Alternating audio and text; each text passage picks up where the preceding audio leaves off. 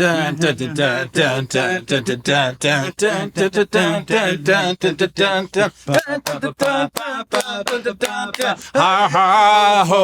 With just 1 minute, though. Just I hope just 1 minute. 1 minute, yeah. Sorry, we just had to get that out of our systems. And no, despite our willingness to hand over good money to license that track from YouTube, your money, it is not available because Panic at the Disco are cowards and probably voted for Trump. I would think so. That Brendan guy, yeah. Ooh.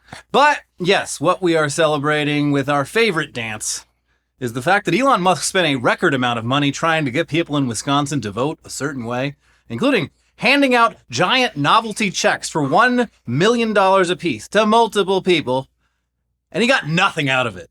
Some might say less than nothing. Not only did he get nothing, the results actually indicate that, if anything, Elon Musk's very presence actually turned away voters who might have otherwise voted the way that he wanted to.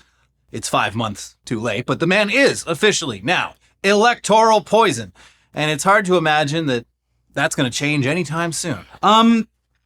Yeah, folks, turns out everyone disliked what you're doing, and we now have proof. You watched as Canada immediately was like, no thanks, we have to protect ourselves here, and now it seems like American states are following suit.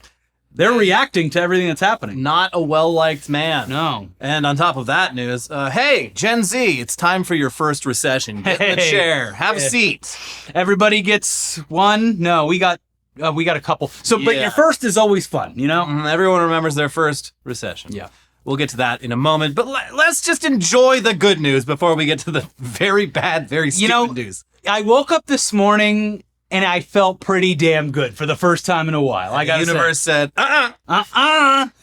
right before you go to that Dodger game, Trump's going to sign some paperwork that's going to ruin the whole day. Wake up, buddy. It's Liberation Day. Ooh. So basically, Tuesday, going back to the good news, Tuesday was the first special election of the second Trump term.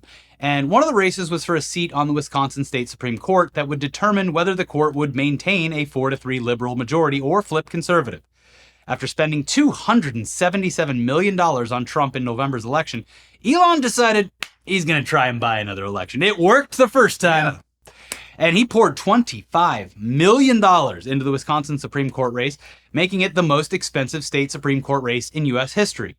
And it was certainly a pivotal race that would determine the state's direction on a number of key issues and also affects things on a national level due to the court's role in drawing up congressional districts. But for Elon, this Wisconsin Supreme Court race might decide the future of America and Western civilization. So obviously, very big deal to him. It's a big fucking deal. I'm not trying to overhype things, but this is the most important election of our lives. And when you hear Elon say that he really, really needs something to happen, what do? You deny it. You do the opposite of that. That's right. So yeah, he spent an obscene amount of money and made sure that the people of Wisconsin knew how he felt about things. And they roundly told him to fuck right off. Here's CBS. He even wore the cheese on his head. Good. The humiliation ritual did nothing. That stupid cheese hat. Yeah. Good. Here's CBS News with some key takeaways from how this all went down. Despite heavy financial backing from Elon Musk and groups tied to him, over $20 million, and an endorsement by President Trump, conservative candidate Brad Schimel lost by a 10-point margin to Susan Crawford, the liberal candidate in the race. Musk's infusion of millions failed to sway Wisconsin voters in this statewide judicial race, marking a notable political defeat in a battleground state that Trump narrowly flipped in 2024. Crawford ran primarily against Musk's involvement in the state, and National Democrats could convert this win into an early game plan heading into the gubernatorial races later this year and the 2026 midterms. Turnout was exceptionally high for a spring election and a judicial race, potentially surpassing 2.4 million voters, far exceeding the 2023 state Supreme Court race, according to CBS News estimates. This surge, coupled with Crawford's strong performance in key areas like Dane County, indicates a strong mobilization among Democrats and Democratic-leaning voters, driven by concern about the policies of the new Trump administration and opposition to Musk's involvement. But again, the real takeaway here is that Elon Musk is now electoral poison. And that's clear from the state flipping from a narrow Trump victory in November to a Democratic blowout just 5 months later. with the blue shift happening just all across the state, not just due to increased turnouts in Democratic strongholds. The map is very funny. So further illustrating how hated Elon is, Wisconsin's election for state superintendent of public schools was a much narrower Democratic victory, meaning somewhere around 5% of voters voted against Elon in the Supreme Court race and voted Republican in the other one. They specifically hate you and maybe Trump because of the things that you have done in the past few weeks. I hate to keep if teasing. it isn't the consequences of my own actions. Yeah. Well, they got back at all of us, too, later in the day, which we will get to. But for a guy who tweets pretty much 24/7 these days, a man who literally cannot shut the fuck up, Elon was eerily quiet for several hours after the election was called. And when he finally came back, he said, "I expected to lose, but there is value to losing a piece for positional gain." Which is especially funny considering all the shit that he's talked on chess over the years. It's not as good of a game as this mobile city builder that I play in my pocket. Also, this is funny. In that Careless People book about Mark Zuckerberg, there is an exact conversation where they're playing board games with Mark, and obviously everyone's letting him win. Yeah. And someone finally stands up and basically explains why you would give up a certain area on the board in order to win the game, and he did not seem to understand that. Why would he? So Musk seems to have just figured this out now. But anyways, he also tried to claim that actually the Wisconsin voter ID law, which did pass, was the most important thing, and said that the long con of the left is the corruption of the judiciary, which is a hell of a thing to say right after spending $25 million trying to buy a judge. But hypocrisy is what he excels at lately. I just laugh like, well, measure one, ballot initiative one passed, and that's what this was really all about, guys. Like, yeah, but you didn't spend any money on that one. Actually, you spent all your money on the other one. No, I maybe for the first time has vocalized, although slightly differently, slamming his dick in the car door and congratulating himself for it. Actually, I meant to do that. I meant to fail. My penis was simply too round. Big for Wisconsin. It was too cylindrical. It needed flattening. Yeah. So what does this mean for Trump and Elon's alliance going forward? Uh-oh. Well, who the hell knows? But Politico did publish a piece on Wednesday morning indicating that there may be some trouble in paradise. President Donald Trump has told his inner circle, including members of his cabinet, that Elon Musk will be stepping back in the coming weeks from his current role as governing partner, ubiquitous cheerleader, and Washington hatchet man. The president remains pleased with Musk and his Department of Government Efficiency initiative, but both men have decided in recent days that it would soon be time for Musk to return to his businesses and take on a supporting role, according to 3 Trump insiders who were granted anonymity to describe the evolving relationship. Musk's looming exit comes as some Trump administration insiders and many outside allies have become frustrated with his unpredictability and increasingly view the billionaire as a political liability, a dynamic that was thrown into stark relief Tuesday when a conservative judge Musk vocally supported lost his bid for a Wisconsin Supreme Court seat by 10 points. Not just vocally supported, Politico. Not just vocally. Also, I know it doesn't matter, but you know it bothers him. It is very funny that they were like, this is coming from Trump's inner circle, which apparently Elon is no longer involved in. Yeah. He is not part of the inner circle. It's a different group chat. You're not in it, in that one. And I think just, if I could ask for a wish right now, I think that over the past couple of weeks, as you've seen Tesla struggle, but keep its head above water, despite if you zoom out, it obviously has been off a cliff. But that even struggling has been with the full support, the full-throated support of the Trump administration, and with Elon in the top job possible for him, with the most momentum behind him. So if Trump casts him aside, and what appears to be in a pretty dastardly way, because okay, you've done the work, you've been the scapegoat. You have to return to your home planet. Yeah, he literally made Musk Poochie, it's time to go. He made Musk the scapegoat for all these cuts, and now he gets to get rid of them. I don't know. Like it doesn't seem like he's actually mad at him, but who knows? Well, why would he be mad? Musk did it took all of the heat off of Trump. That's what he was there for. He is the fall guy. Well, it continues. Musk's defenders inside the administration believe that the time will soon be right for a transition, given their view that there's only so much more he can cut from government agencies without shaving too close to the bone. Okay. But many other Trump allies say he's an unpredictable, unmanageable force who has had issues communicating his plans with cabinet secretaries and through the White House chain of command led by Chief of Staff Susie Wiles, frequently sending them into a frenzy with unexpected and off-message comments on X, his social media platform, including sharing unvetted and uncoordinated plans to gut federal agencies. That's to say nothing of their concerns about Musk as a political liability who has served as a rallying point for fractured Democrats. In Wisconsin, Musk's opponents seized on his millions of dollars of spending in the judicial race, with some openly calling it a referendum on the polarizing mogul. And yeah, referendum over. We don't like Musk. The people have spoken, but, it's just like when he did that poll on Twitter, like, should I step back? Should I step down as CEO? And then everyone's like, yes, we hate you. And he's like, oh, well, okay. And then it took like a year and a half before he brought in his fall gal and continued running the company clearly on a minute day-to-day basis.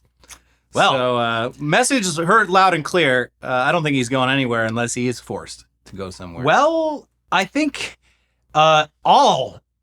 every aspect of this administration on Wednesday just got cranked up to 11. So we're going to see something in the next couple of days. Yeah, shit is really it's gone off the rails so much faster than I would have ever guessed. I was cheering on Cory Booker for a while. And then, of course, they did a vote afterwards where they just kind of, the Democrats put up no kind of fight against confirming another Trump cabinet pick immediately after Cory Booker did like a 25-hour marathon filibuster. So, I mean, his heart's in the right place. He showed up and he got yelled at by those TikTokers last year. That's something. Yeah, we'll talk about Cory later in the episode. But now, of course, the White House, official White House line on all of this is that Elon will be stepping back soon because his work making everything more efficient, aka dismantling the government, will be complete. Job's done.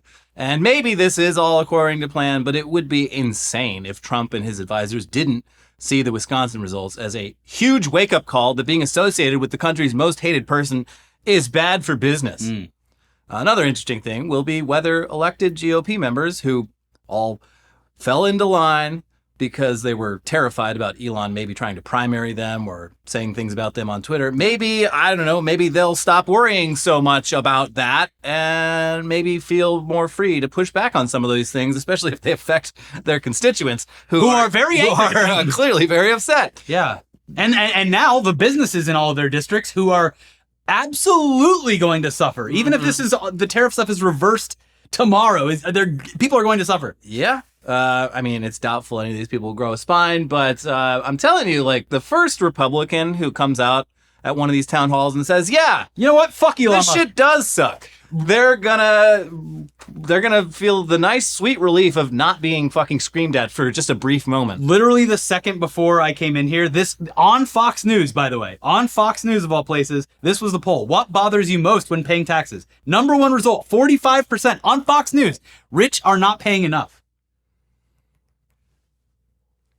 It seems like a lot of people are on the same page here. Sounds like this country's got a big communism problem. I guess and so. We need a new Red Scare.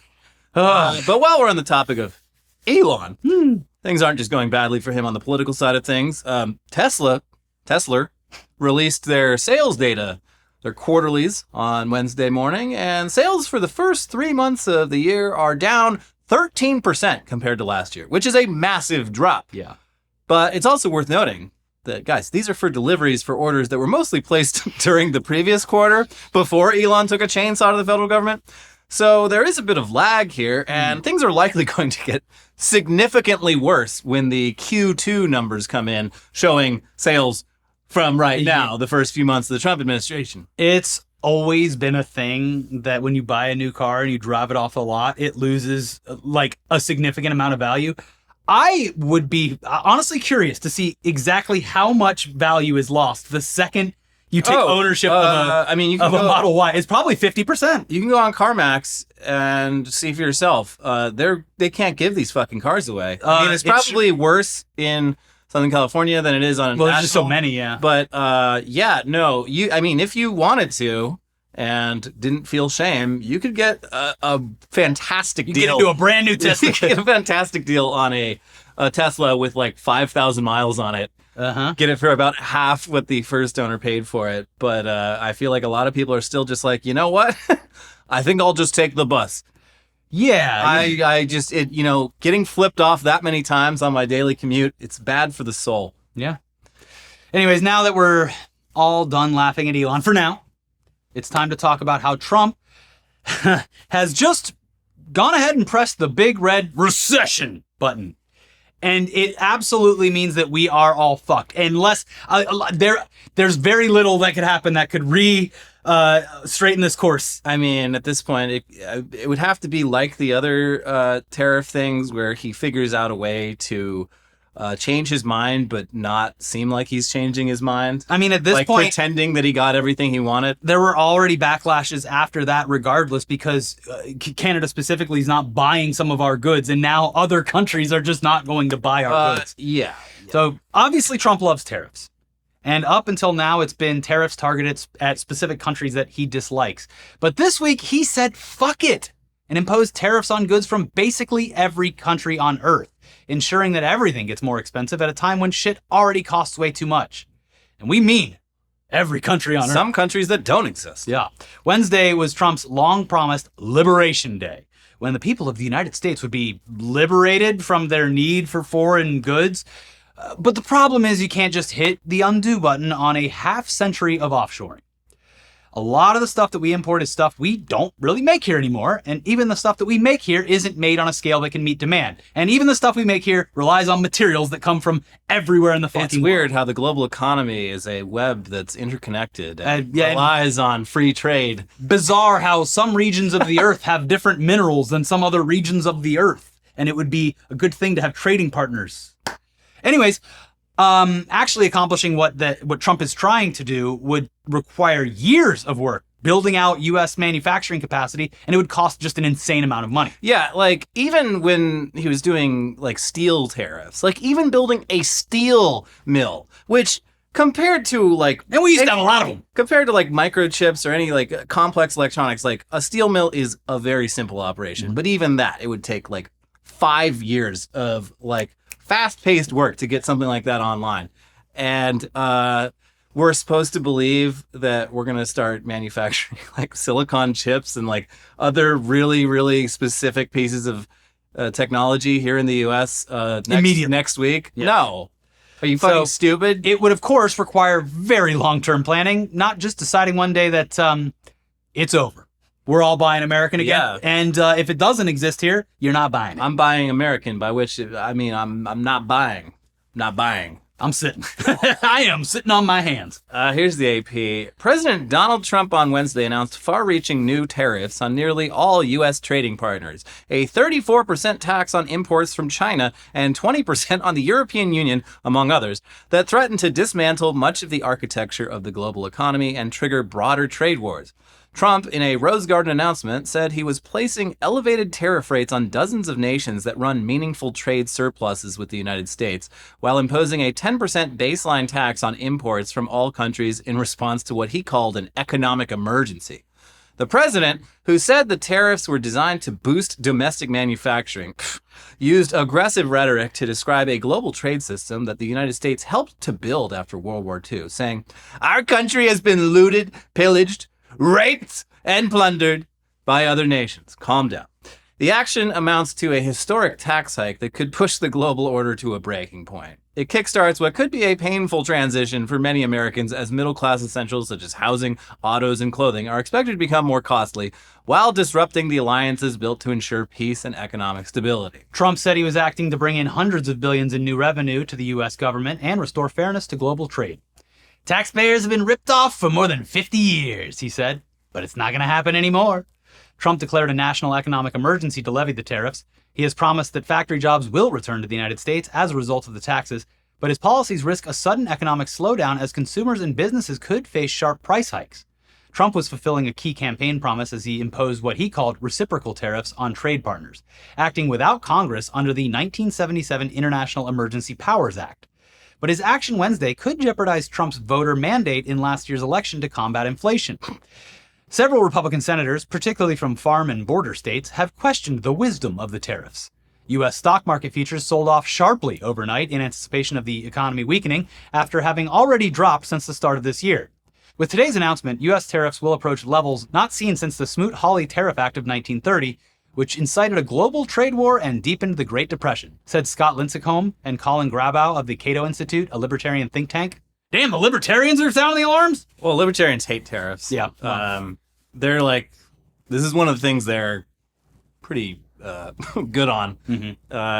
Not to give them too much credit, because anyone who's with a passing familiarity with economics and the history of economics could tell you exactly why we don't do tariffs like this. Well, and again, the fact that he's using an emergency act to do this is insane. If they actually cared about the deficit, which they don't, but if they actually cared about it, they would just tax the richest country on earth its fair share. They could.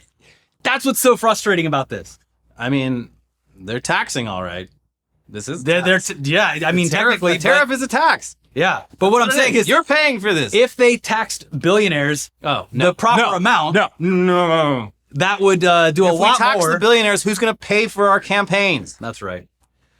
So yeah, this whole thing is fucking idiotic, and it's only going to make shit cost more. Not just here, but everywhere, because this is the 21st century, and global trade is all interconnected. The White House says that it's going to bring in $6 trillion. Wow. But in case you need a reminder of how tariffs work, that $6 trillion will be footed by the American consumer. You. Yeah. Unless you live somewhere else. Congratulations. Yeah. Tariffs are taxes paid on imports, and the companies importing foreign goods sure as hell are not going to be eating the cost themselves. So this is essentially a huge tax hike, probably the biggest tax hike in U.S. history. And when things cost more, people buy less. So companies that rely on imports will make less money and potentially go out of business or have to downsize, which will drive up unemployment and ensure that even less consumer spending happens. Company stock prices will go down. That'll make it harder for people to retire, which is especially bad in a shitty labor market. Basically, it has the potential to put the national and global economies into the kind of death spiral that spells recession or even depression. But the thing about depressions and recessions is they're usually brought on accidentally. No one ever does them on purpose, but this time it's being done on purpose. Yep. He's pressed the big red recession button. It's maddening. Also, the big stupid chart that he brought out, people were looking at these numbers and they're like, these don't correspond to reality at all. Because he was saying like, oh, well, this is how much they're already tariffing us. And people were looking at it like, no, that.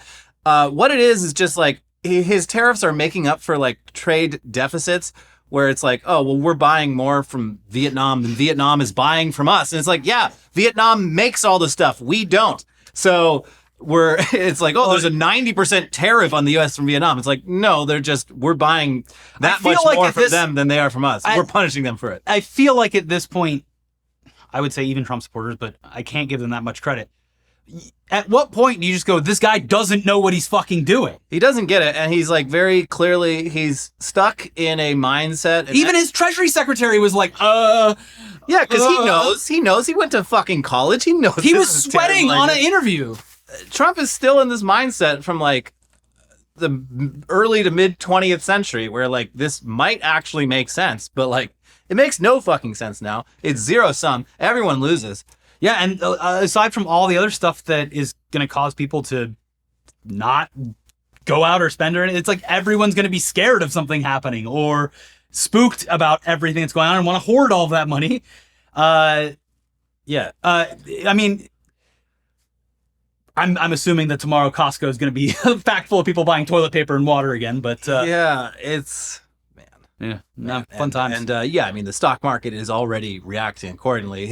He very interestingly, he announced this after the closing bell on Wall Street. Another great day. So it was all after hours trading, and like everything was like kind of up throughout the day, and then just like, and so far it's like shit's down like 3 or 4% across the board, which is a lot, especially for a like 4-hour window of time of active trading.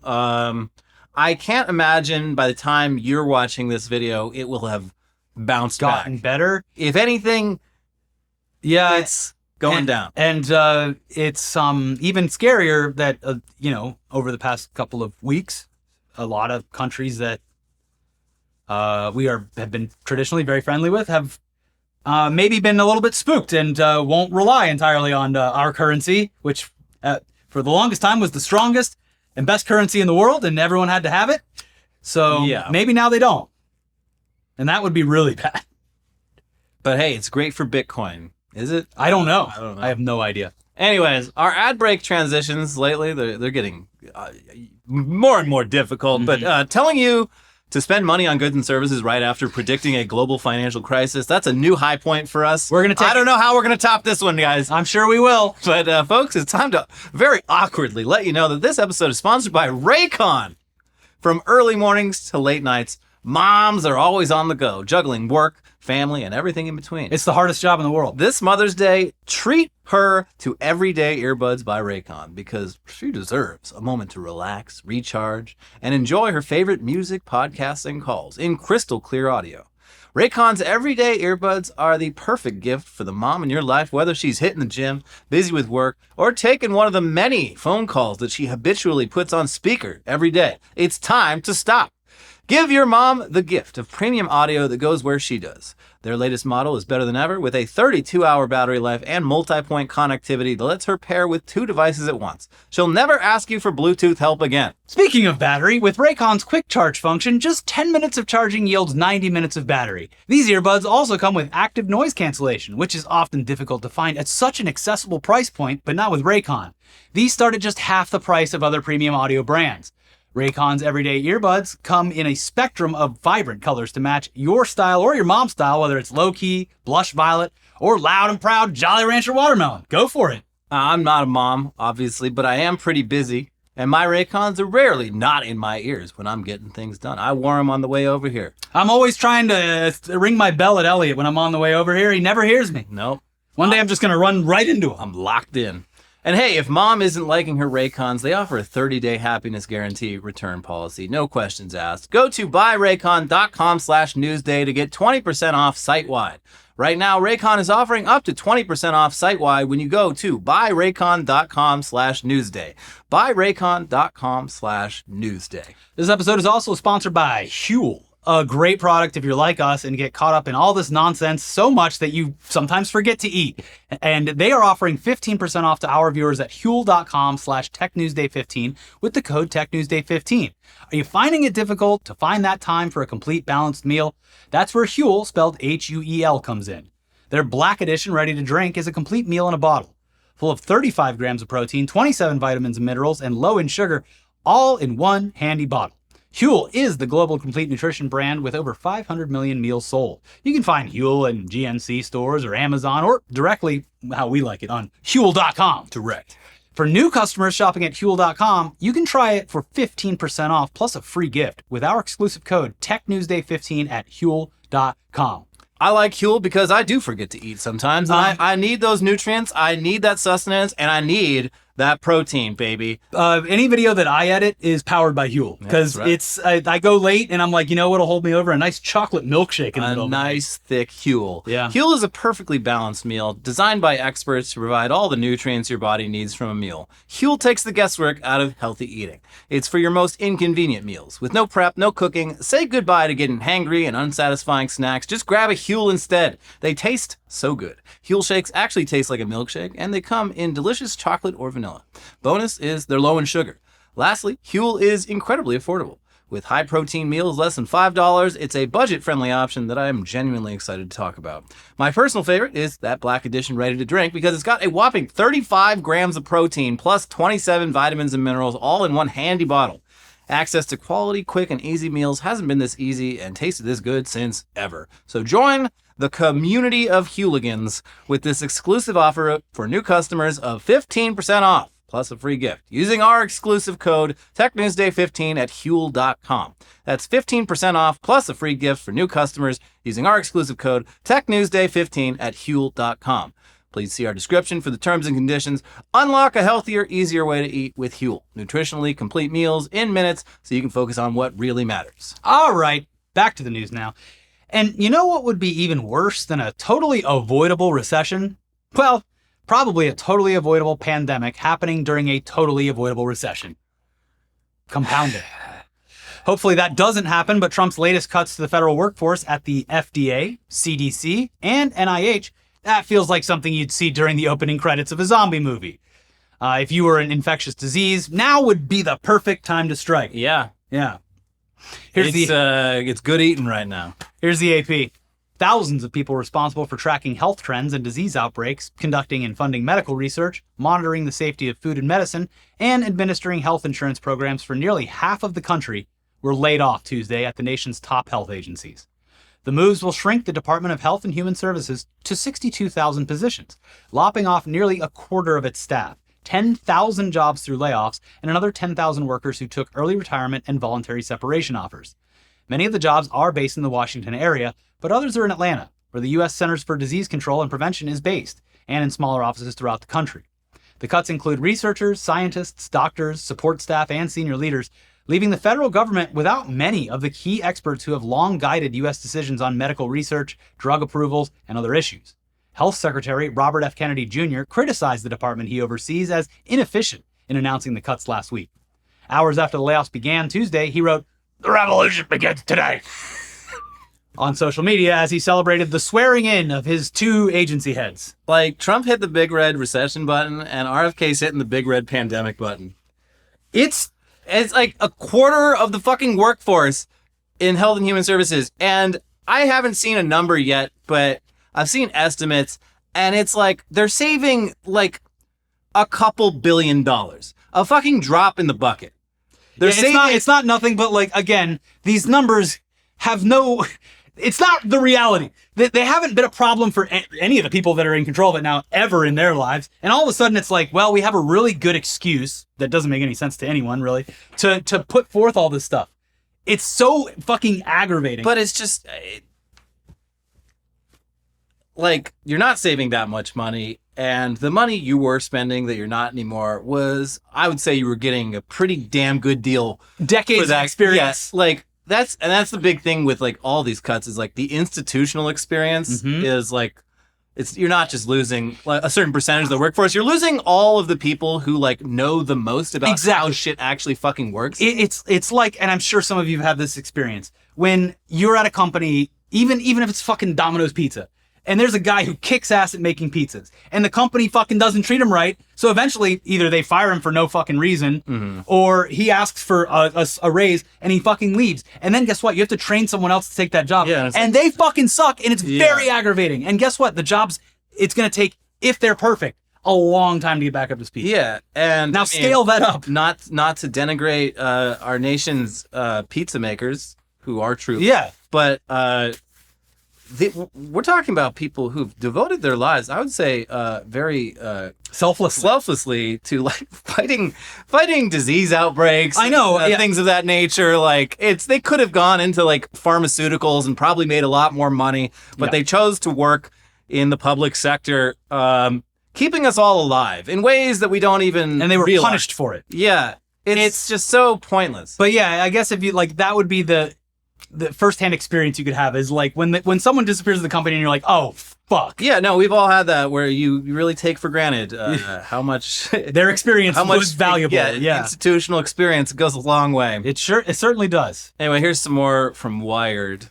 The cuts today at CDC targeted programs that address all aspects of American lives, a source of the CDC tells Wired. This will lead to worse health outcomes, greater risks to the U.S. public, and will contribute to the decline in U.S. life expectancy. Programs that were eliminated fund positions across the country in red and blue districts. There has been no effort in allowing staff to transfer projects, programs, or responsibilities, says one CDC staffer. These cuts will have immediate impact, experts say.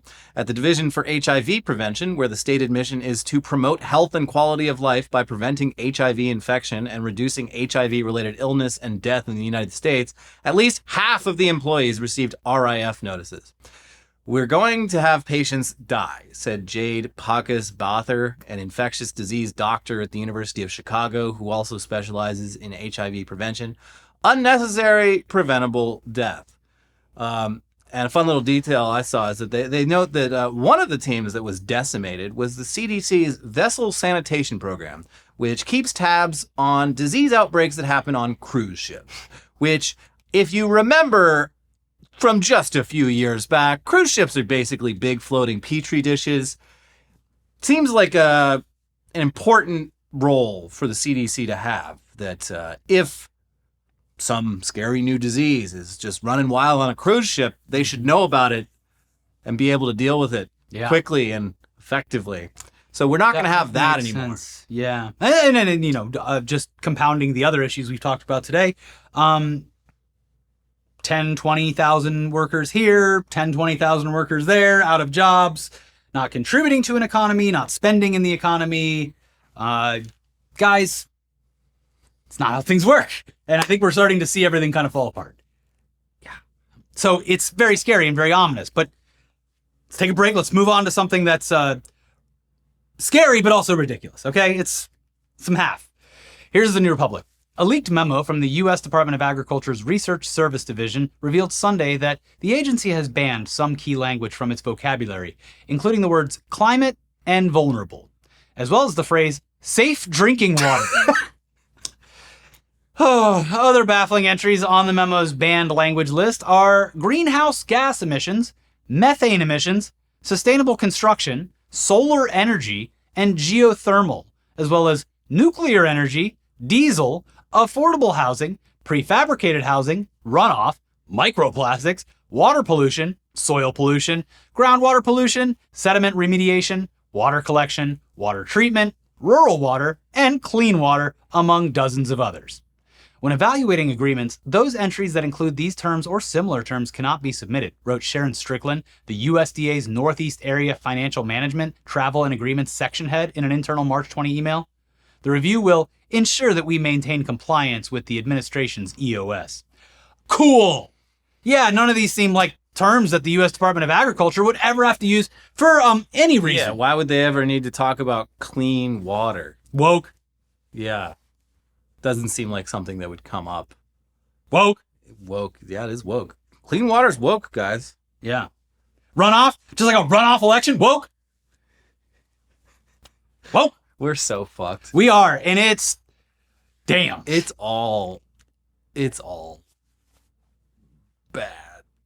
Anyway, we can't close out today's show without talking about, again, Democratic Senator Cory Booker deciding, fuck it, I'm going to go speak on the Senate floor for a record-breaking 25 straight hours. He was still wearing those pee pants. From Monday night into Tuesday night.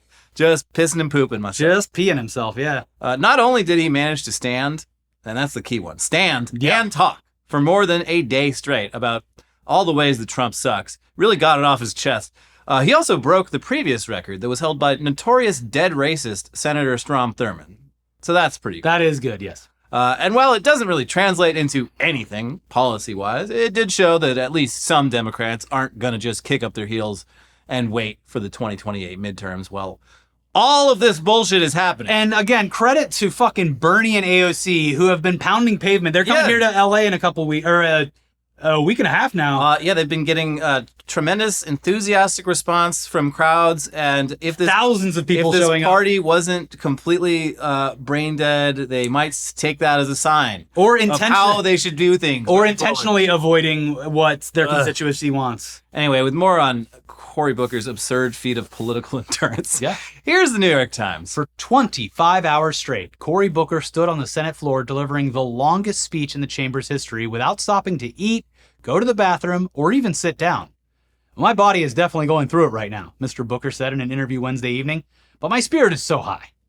The senator, who started speaking Monday evening to condemn the Trump administration and continued to talk until Tuesday night, said that before he started talking, he had not drunk water since Sunday night, so that he would not have to stop and use the bathroom. He also said that he fasted for days leading up to the speech. Mr. Booker said that his Oura Ring repeatedly asked if he was working out during the speech. At one point, about 7 hours in, it showed that his heart rate shot up to over 100 beats per minute, where it stayed for some time. When he finally went to bed, after talking to reporters, eating a banana in a Senate cloakroom, and drinking plenty of water, he slept for around 6.5 hours. And he was approaching Twitch streamer hours. You got to give him credit. There was so many great stills of the later hours. He went cross-eyed at a certain point. He had the crazy eyes. Yeah. You wouldn't want to get in his crosshairs, whichever way he was looking after a certain point, because he was getting fierce. And look, I know it's performative. I know it is. And I know it isn't really going to change anything, but goddamn, did it feel good that someone did something. Yeah. You can live out. It's fine. It is. And again, going back to last year, it's like, yes, he did do the dumbest fucking thing possible, vote to ban fucking TikTok and then showed up to a TikTok event. But Yeah. at least he showed up to get yelled at. A lot of people wouldn't do that. I mean, it might be a kink of his. Yeah, but, like, listen, Cory Booker kind of sucks. Well, you went to the Nationals game. I went to the baseball game instead. Yeah, he came to a convention thing we were at and then got yelled at by a bunch of people, not just for voting like a day earlier to ban TikTok, the source of income for most of the people in this room, but also for his views on Israel. And he specifically called a bunch of TikTok influencers like Hamas supporters to their face. It was real ugly. Yeah, he kind of sucks. I mean, up until this moment, he has seemed like the most generic possible Democrat you could imagine. But having said all that, this is pretty cool. He gives a shit. He's willing to like put his body and his sanity on the line to do this. And I think this is what a lot of people fucking need right now is like at least just an acknowledgement. Yes. An acknowledgement that shit's bad. Not this Chuck Schumer bullshit. Just Yes. Like, well, let's wait until 2026. You could tell that like okay, so if nothing else, maybe it'll inspire other Democrats to stand up and do things because he did get a good reaction from constituents and that's what they really want. Yeah. So maybe it'll inspire more people. So it's good on that aspect. But also like even the fucking resistance libs had a great time with Cory Booker and then the judge seat in Wisconsin. It felt good for a couple hours. Yeah. In the face of all of this. So I would really appreciate... And then he pressed the big recession button. Yes, so I would really appreciate in the face of all this, we had a couple more good things. That would be great. Yeah, I think I will be going to the Bernie rally. I did get the text and I signed up, so hopefully that works out. But I got to check my spam folder. My phone... Elliot, it's Bernie again. You never answer my messages. My phone learned, without me even asking it to put all texts from the Democratic Party in the spam. So I did get one from Cory Booker. Hey, it's Cory Booker. Just immediate spam. That's spam. Get out of here. I know. Yeah. Anyways, as you would expect, every medical professional that the Times spoke to for that article said that all of this was the exact opposite of what they would recommend to their patients for their health. And yeah, if you've ever pulled an all-nighter, you understand why. I did many times in college, and it was stupid. Yeah. I should have just done the work at a reasonable pace leading up to when it was due. It really does affect every aspect of your life. Would I'd hallucinate in like my peripheral vision. It's dangerous. Luckily, I lived on campus. I was not operating a fucking vehicle. Oh, yeah. But like, it's bad. And especially the fact that he fasted food and water before going into it. I'm surprised he could still speak by the end. I mean, it kind of goes to why some of these people are freaks. Because a lot of the tech bros specifically, they stand by getting 4 hours of sleep a night. That's crazy. I would not feel good. I need 8 hours. I've had some late nights editing this show, and it fucks my week up for sure. Anyway, even without the constant talking and staying awake that long, you just feel like absolute shit. So this is genuinely impressive. As for what it's going to amount to, it does sound like disillusioned Democratic voters looking for some motivation or just an acknowledgement that their elected officials give a shit. Did appreciate it. Yeah. And the live stream of the speech on Booker's TikTok account racked up 350 million likes over the course of the day. Ironic. Yeah, I know, it is ironic. Huh. Oh, look who's using TikTok. Yeah. Now, Cory Booker, honestly, again, he sucks in a lot of ways, but fuck it. It's okay to live out over this. You're allowed to live out from time to time. You can do the high hopes dance when they deserve it, but only then. Yeah. And I'm calling him Brendan Urine until he approves our usage of that song on a video. Yeah, he probably voted for Trump.